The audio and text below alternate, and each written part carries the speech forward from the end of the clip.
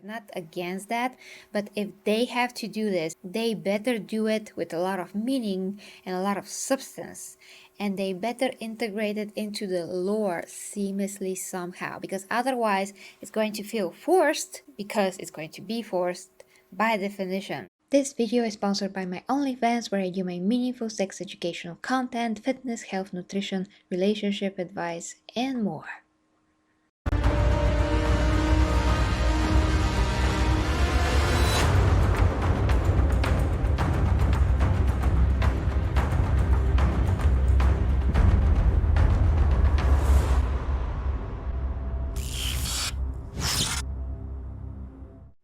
Hi guys, and welcome to the Empress Show. So guys, we have a ton of developing, more things to talk about, in the world of female space marines that, they just don't exist yet. Last time I talked about the death of Canon. That is, of course, the Templars Institute's video. You can check my video response of that down below into the description. Today I decided to look at Twitter, and I saw that Majorkill continues with this argument, and someone else also continues with this argument.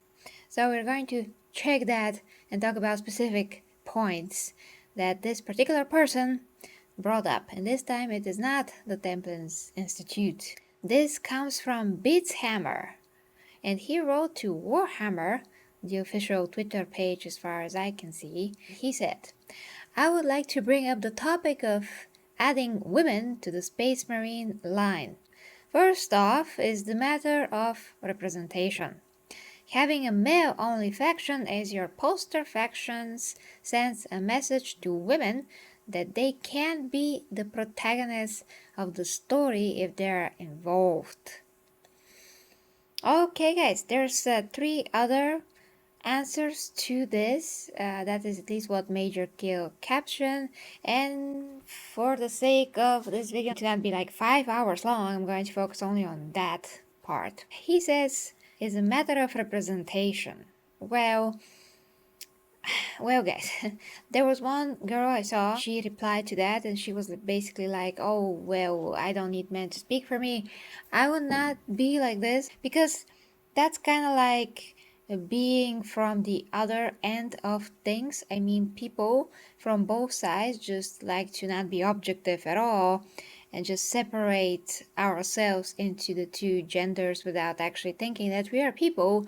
And if we are enough intelligent and objective and have some kind of a sense, common sense and wisdom, we will be able to get into each other's shoes and see how things look from the other side. I mean, there's so many instances in which in life you can see someone do something and you don't have to go through the same thing to know that it's good or it is bad. You can just see it. So in the similar way, men can understand women and women can understand men. We're freaking humans in the first place.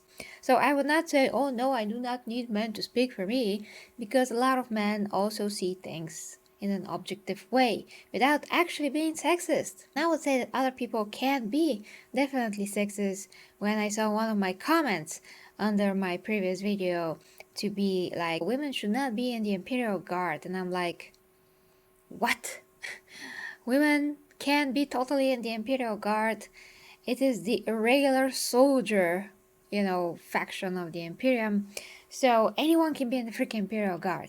That's ridiculous. Women are in the army in real life, so if they can contribute to the freaking army, still fight, come back to their families, get even some medals from time to time, why can't they be included in the fictional Astra Militarum? But as for female space marines, as I said in the previous video, things are much more complicated, guys, and I'm going to further explain once again some of the points, but you really have to see the previous video to know really the context of everything and know what I really mean if you can't just get the point right now. So he says a matter of representation first. If he's saying that To me, this means that he is totally forgetting about, Astra Militarum as well. And of course, he's forgetting about basically any other Warhammer female representation, which is not little. And of course, I do feel that that's like a disrespect to Sisters of Battle and Sisters of Silence, because they do exist. They freaking do exist. And they're amazing warriors. So to say that there's no female representation in Warhammer is ridiculous. Those two are one of the most popular things in general in Warhammer.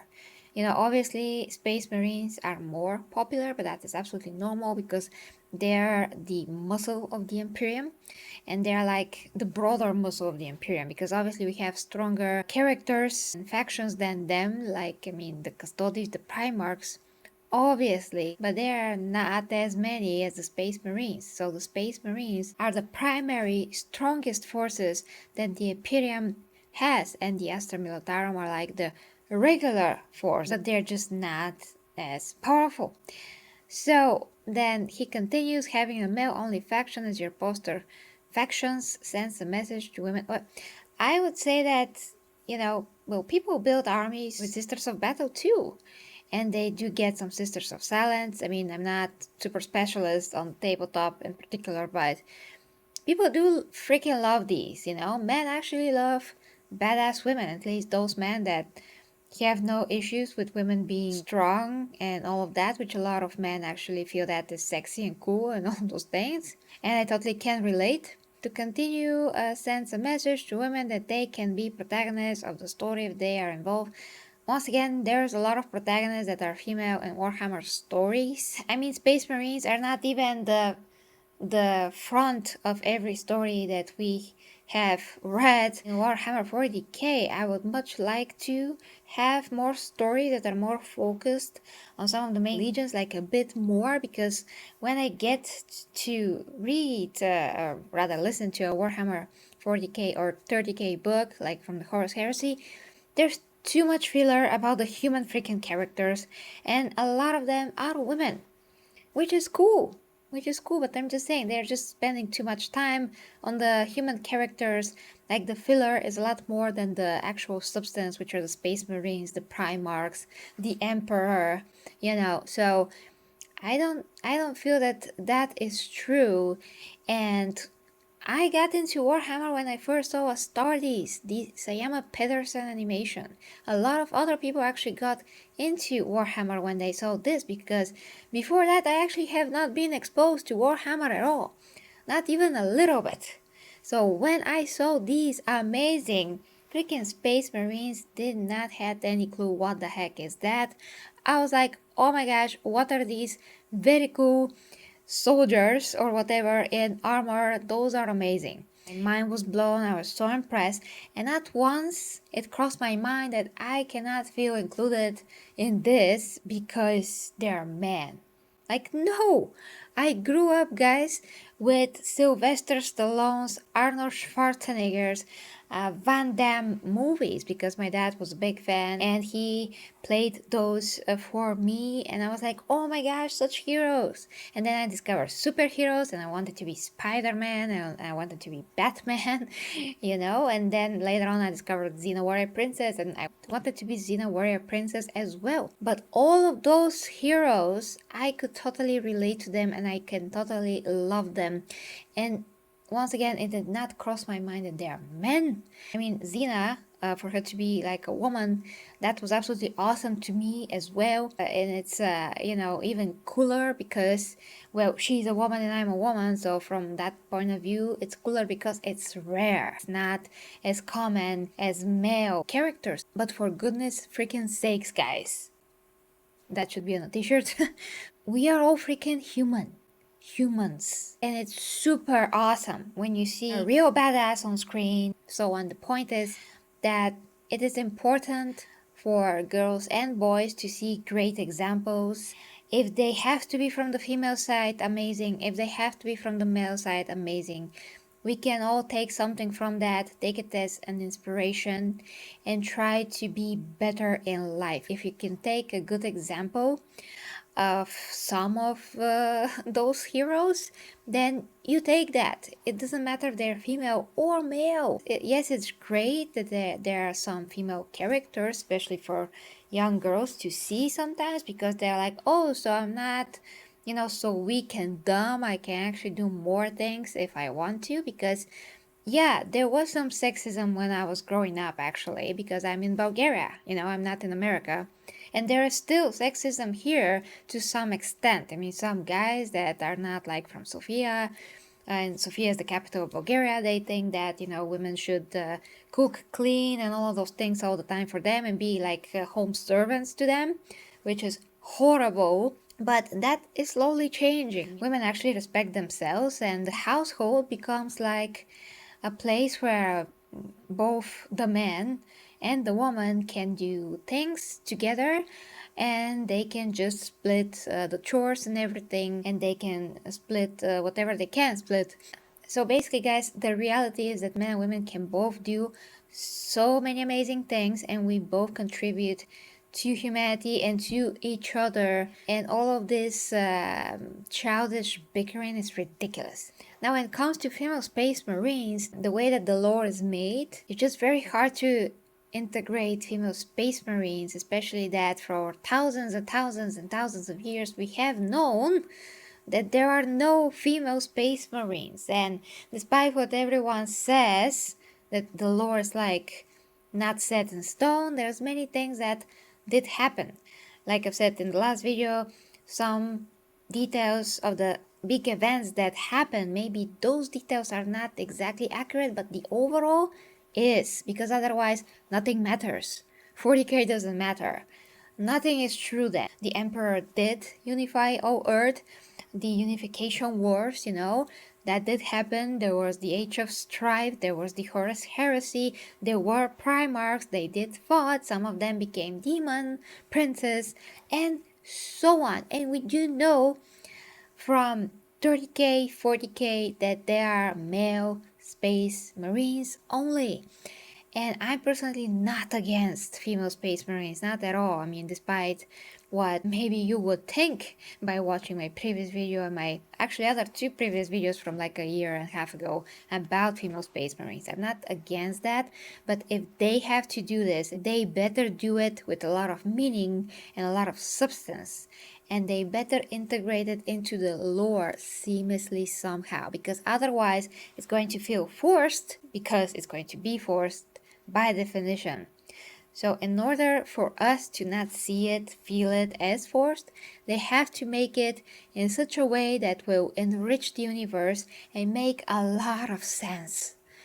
Otherwise, it is pointless, because right now the way that the lore is done, boys go through these trials. A lot of them do not survive. They never get to be a space marines. And what about girls? If men can survive these trials, how can women? They will not. They will just not. Let alone implanting all the organs. Basically, they will look like males after that happens. And like, what is the freaking point? But second part is irrelevant, because they will not even survive the freaking trials in the first place. So unless Belisarius Cole can just be like, oh yeah, I'm just gonna take a woman, totally transform her into a man, give her man bones, man muscle, structure, man everything, and just make it like a female space marine, which is going to be a male. Like, what? So unless they give some kind of other power, strength to female space marines that will differentiate them from male space marines and actually make them useful, make them enough different, make them stronger than Sisters of Battle and Sisters of Silence, maybe, or at least stronger Sisters of Battle. I don't know, guys, but like, why? Sisters of Battle have fought side by side space marines for thousands of years. So, like, what's the point, really? Now, I will continue reading some of the other things that he said. I already explained some of the things and basically responded to the stuff that he's saying in the other tweets. I'm just gonna focus on, well, what it's really like Oh my gosh, what the heck. So he's saying it's not only junk biology that ignores that male and female humans both have the same hormones in their bodies at different levels, levels that don't see massive shifts until puberty, which isn't an issue when most inductees are taken as prepubescent children. Also, male tissues, we can transplant organs between men and women right now with only a few specific exceptions. Heck, men and women can donate bone marrow to each other without issue. Male hormones and tissues is just not a good reason. Once again, this is rendered basically like irrelevant by the point that women will not even survive the freaking trials. Then again, we also know what I did play you before, guys, that Facebook post from a GW old employer and creator there, that the real reason why we don't actually have female space marines in the first place,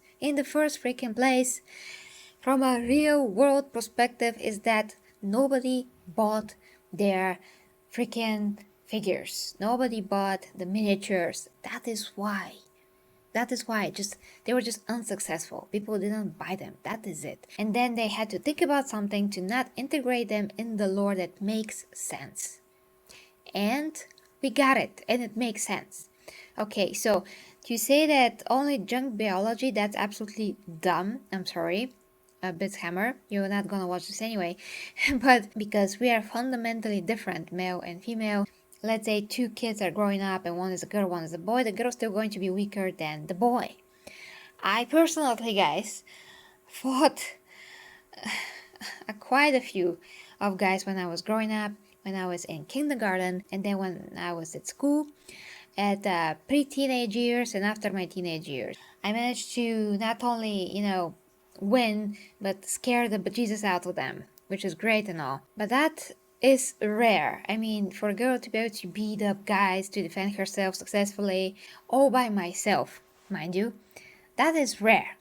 And when they grow up more, they're gonna be stronger than me. So there's that. Also, I met guys that are weaker than me. But if those same guys start to train in a few months, they're going to be stronger than me. And I'm somebody that was very strong naturally. And I'm someone that is lifting weights for, I think now 6 years to this point. And I also trained before when I was a teen, but I was just not consistent. But for 6 years, I am. So I'm much stronger than someone that has my size and a girl. But I will be a lot weaker than most guys that have my size. I'm still stronger than some, really, but those are guys that have really bad genetics, basically. So I'm just a rare case. I'm the exception. I'm not the rule, 100%. So you cannot say that boys and girls are like the same and only hormones is the difference, because the bone density of men is just better than what women have.